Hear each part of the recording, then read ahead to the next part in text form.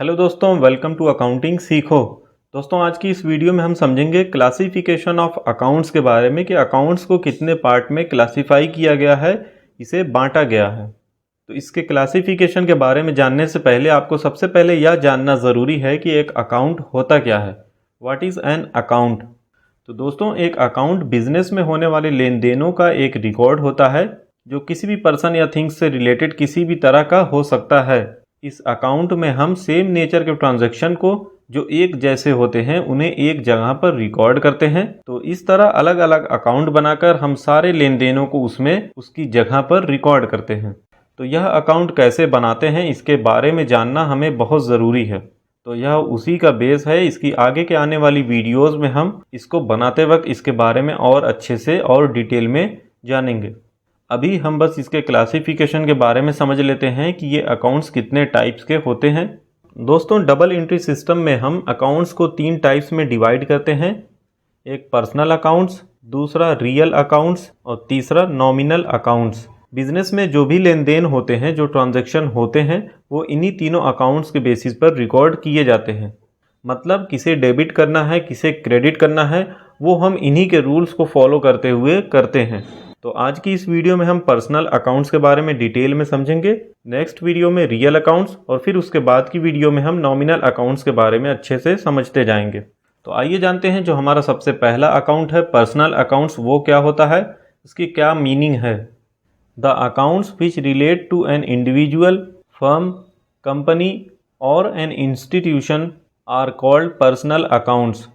मतलब ऐसे अकाउंट जो किसी एक इंडिविजुअल पर्सन से या किसी फर्म, कोई कंपनी या फिर इंस्टीट्यूशन से रिलेट करते हैं, उन्हें हम पर्सनल अकाउंट्स कहते हैं।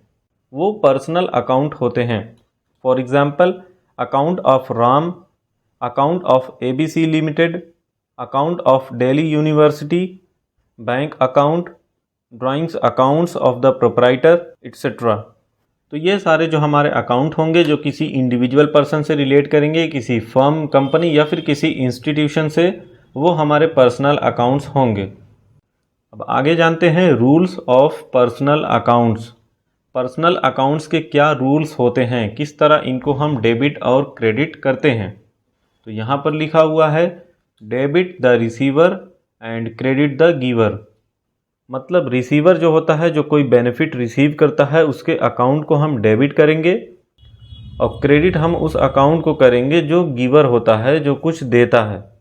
तो यहाँ लिखा हुआ है in simple words, debit that person's account who receives something from the business and credit that person's account who gives something to the business.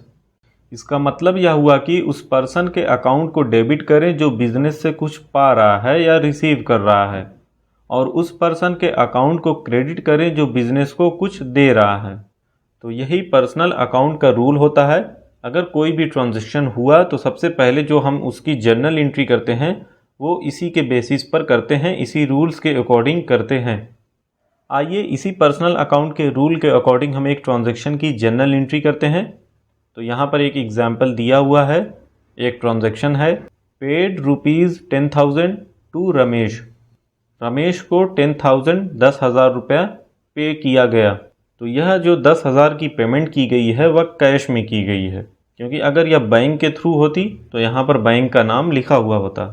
In this case 2 accounts affected.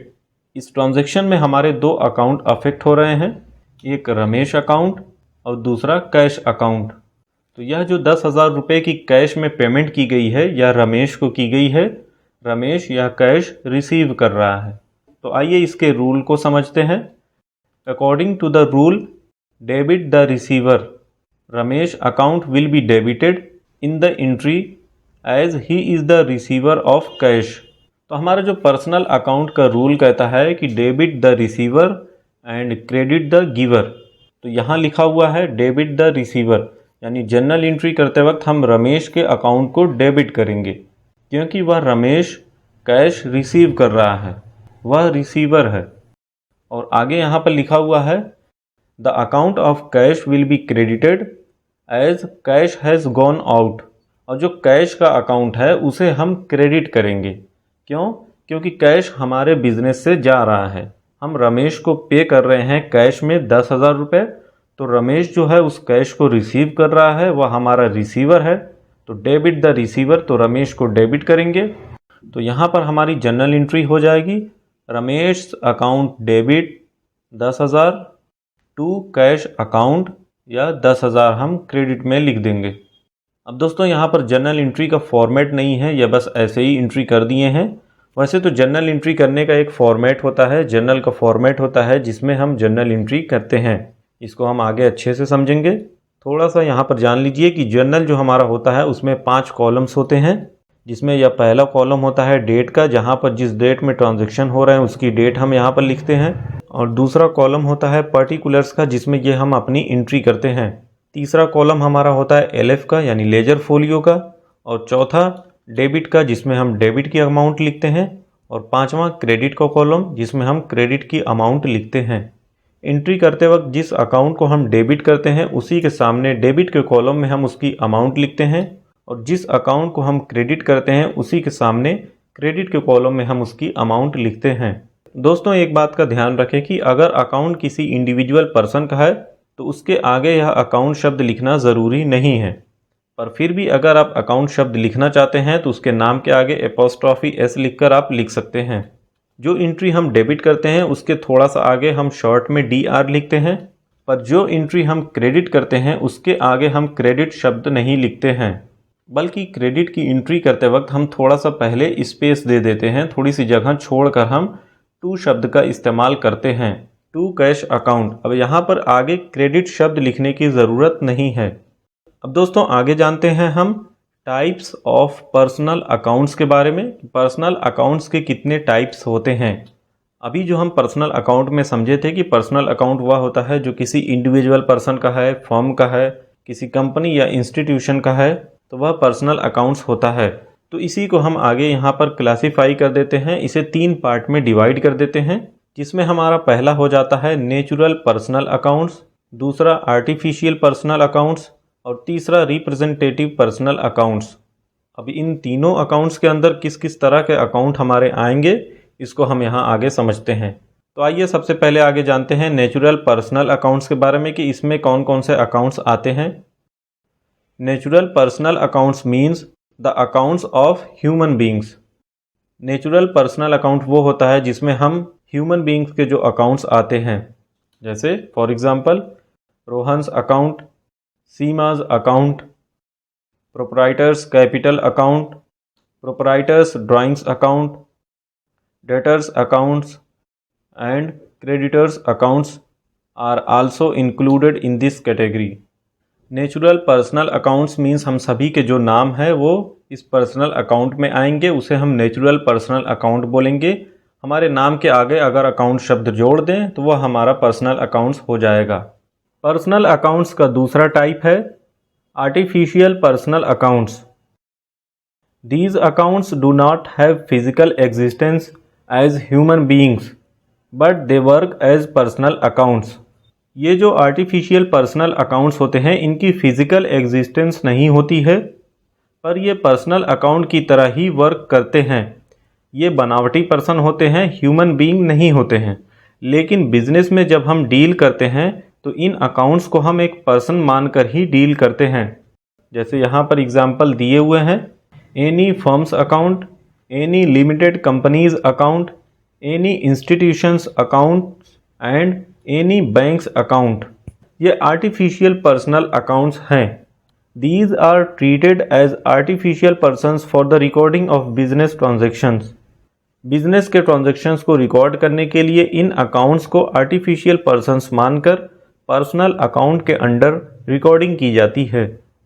दोस्तों आइए अब आगे जानते हैं पर्सनल अकाउंट्स के तीसरे types के बारे में, जो है रिप्रेजेंटेटिव पर्सनल अकाउंट्स। तो यहाँ लिखा हुआ है, when an account represents a particular person और group of persons it is termed as a representative personal account.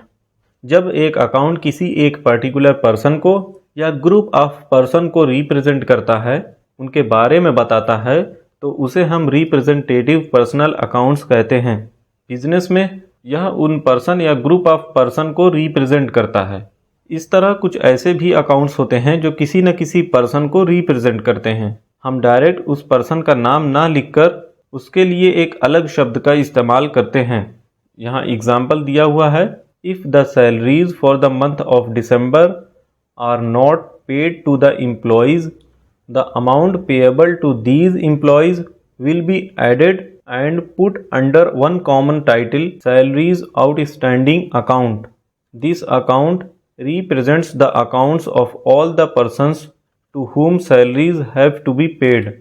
अगर बिजनेस के एम्प्लॉयज़ को दिसंबर मंथ की सैलरी पे नहीं की गई है तो यह जो अमाउंट उन एम्प्लॉयज़ को पे करनी है, तो इसे एक ऐसे हेड के अंडर लिख देंगे, एक इसका ऐसा कॉमन टाइटल दे देंगे, एक अकाउंट बना देंगे जिससे आप पता चलेगा कि हमें अभी सैलरी देना बाकी है। तो इसका टाइटल हम लिख देंगे सैलरीज आउटस्टैंडिंग अकाउंट।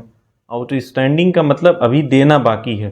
तो इससे हमें यह पता चलेगा या यह अकाउंट जो है यह रिप्रेजेंट करेगा उन पर्सन्स को जिन्हें हमें अभी सैलरी पे करनी है। तो इसे ही हम रिप्रेजेंटेटिव पर्सनल अकाउंट्स कहते हैं। यह अकाउंट पर्सनल अकाउंट के अंडर ही आता है। उस पर्सनल अकाउंट के रूल्स को ही इसमें फॉलो किया जाता है। नेक्स्ट वीडियो में हम रियल अकाउंट के बारे में जानेंगे कि रियल अकाउंट किसे कहते हैं, इसके कितने टाइप्स होते हैं, रियल अकाउंट का रूल क्या होता है। तो आगे की आने वाली इम्पॉर्टेंट वीडियोस को देखने के लिए आप हमारे चैनल से जुड़े रहें। इसे सब्सक्राइब करके बेल आइकन को ज़रूर ऑन रखें ताकि आपको उसकी नोटिफिकेशन मिल सके। तो मिलते हैं नेक्स्ट वीडियो में। Thank you.